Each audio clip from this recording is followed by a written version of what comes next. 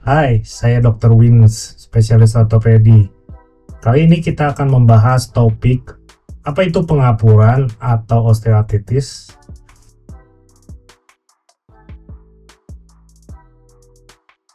Seringkali pasien datang ke saya, "Dok, ini sakit sendi, itu penyakit apa sih?" Dia selalu tanya, "Asam urat bukan?" Nah, biasanya setelah dilakukan pemeriksaan, lebih sedikit yang mengidap asam urat daripada pengapuran. Definisi dari osteoartritis adalah penyakit sendi degeneratif yang ditandai dengan kerusakan progresif pada tulang rawan artikuler. Artikuler itu yang bersendi ya, yang menyebabkan nyeri, kekakuan, dan penurunan fungsi sendi. Meskipun prevalensi osteoartritis meningkat seiring bertambahnya usia, faktor-faktor lain seperti obesitas, kegemukan ya, cedera sendi, dan predisposisi genetik juga berperan dalam perkembangan penyakit ini. Patofisiologinya, jadi mekanisme terjadinya ya. Pengapuran itu melibatkan kerusakan pada tulang rawan. Tulang rawannya itu melapisi ujung-ujung dari tulang di persendian ya.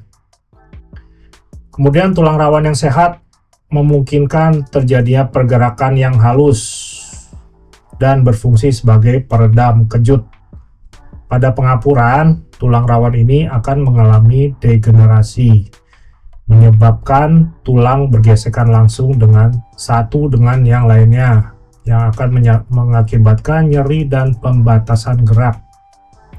Selain itu, perubahan lain seperti pembentukan osteofit. Osteofit itu adalah pertumbuhan tulang baru yang tidak normal, dan penebalan subkondral juga terjadi. Osteofit itu seperti duri-duri tajam ya di tulang ya, dekat sendi biasanya. Faktor risiko dari pengapuran. Beberapa faktor risiko utama untuk terjadinya pengapuran adalah: 1. Usia. Risiko osteoartritis meningkat seiring bertambahnya usia.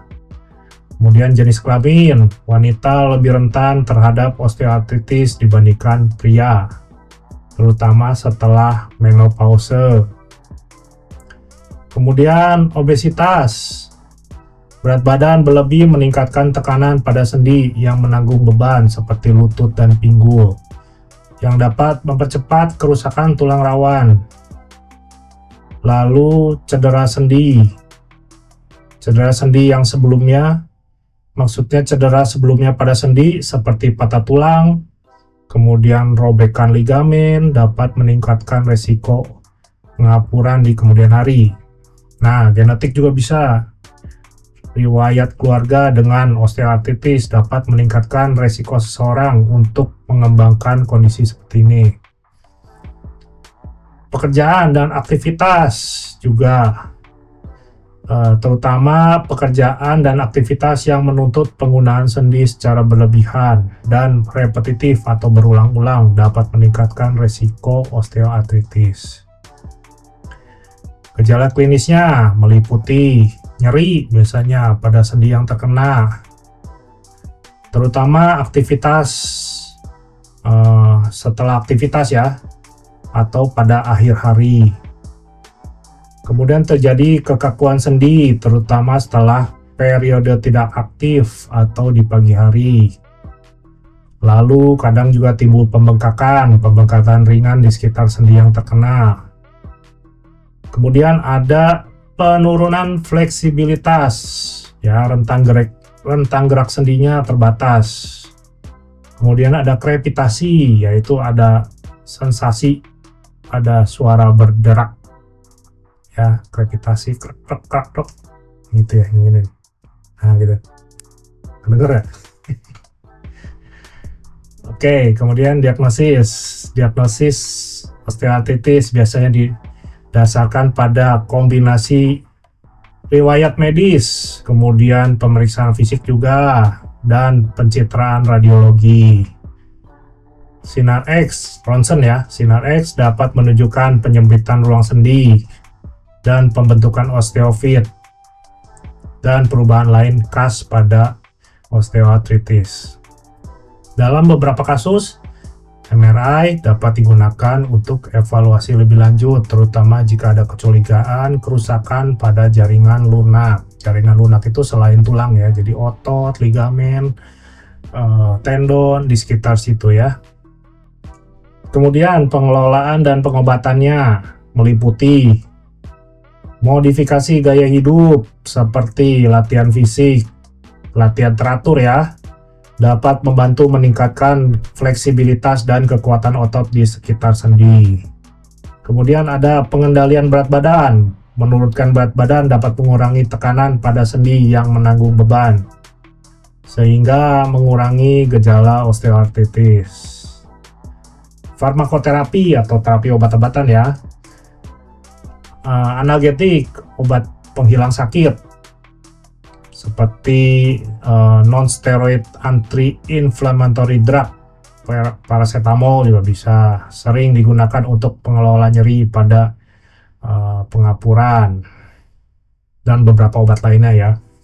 Kemudian suplemen, beberapa suplemen seperti glukosamin, kondroitin juga telah diteliti untuk potensi manfaatnya pada osteoartritis, meskipun hasilnya bervariasi ya. Lalu ada terapi fisik. Terapi fisik bisa latihan penguatan, fokus pada penguatan otot sekitar sendi untuk meningkatkan stabilitas dan mengurangi beban pada sendi yang terkena. Kemudian terapi modalitas seperti panas dingin, ultrasound, dan stimulasi listrik untuk mengurangi nyeri dan peradangan, biasanya di rehabilitasi medis ya. Lalu ya terakhir intervensi bedah, bisa dilakukan artroplasti atau pergantian sendi pada kasus osteoartritis yang parah dan tidak responsif terhadap terapi konservatif. Dengan penggantian sendi dengan prostesis bisa dipertimbangkan ya, total knee replacement, total elbow arthroplasty bisa, itu ya namanya ya. Terlalu kompleks sih. Pencegahannya, beberapa langkah dapat diambil untuk mencegah dan memperlambat perkembangan osteoartritis, meliputi aktivitas fisik yang teratur dengan melakukan latihan yang sesuai untuk menjaga fleksibilitas dan kekuatan sendi. Kita harus juga menghindari cedera, menggunakan teknik yang baik saat berolahraga atau bekerja untuk mencegah terjadinya cedera sendi. Kemudian nutrisi juga seimbang, mengkonsumsi diet seimbang, menjaga berat badan yang sehat. Nah, berat badan yang penting ya, untuk mendukung kesehatan sendi ya. Kesimpulan, osteoartritis adalah kondisi degeneratif yang umum terjadi dan dapat mempengaruhi kualitas hidup pada penderitanya. Kita harus memahami faktor resiko, gejala, dan pilihan pengobatan yang tersedia. Individu dapat mengambil langkah-langkah untuk mengelola dan mencegah perkembangan penyakit ini ya, seperti yang tadi sudah dijelaskan di atas. Oke, jika ingin bertanya, tulis di kolom komentar. Sekian topik kali ini, saya Dr. Win. Sampai jumpa kembali di topik menarik selanjutnya. Bye.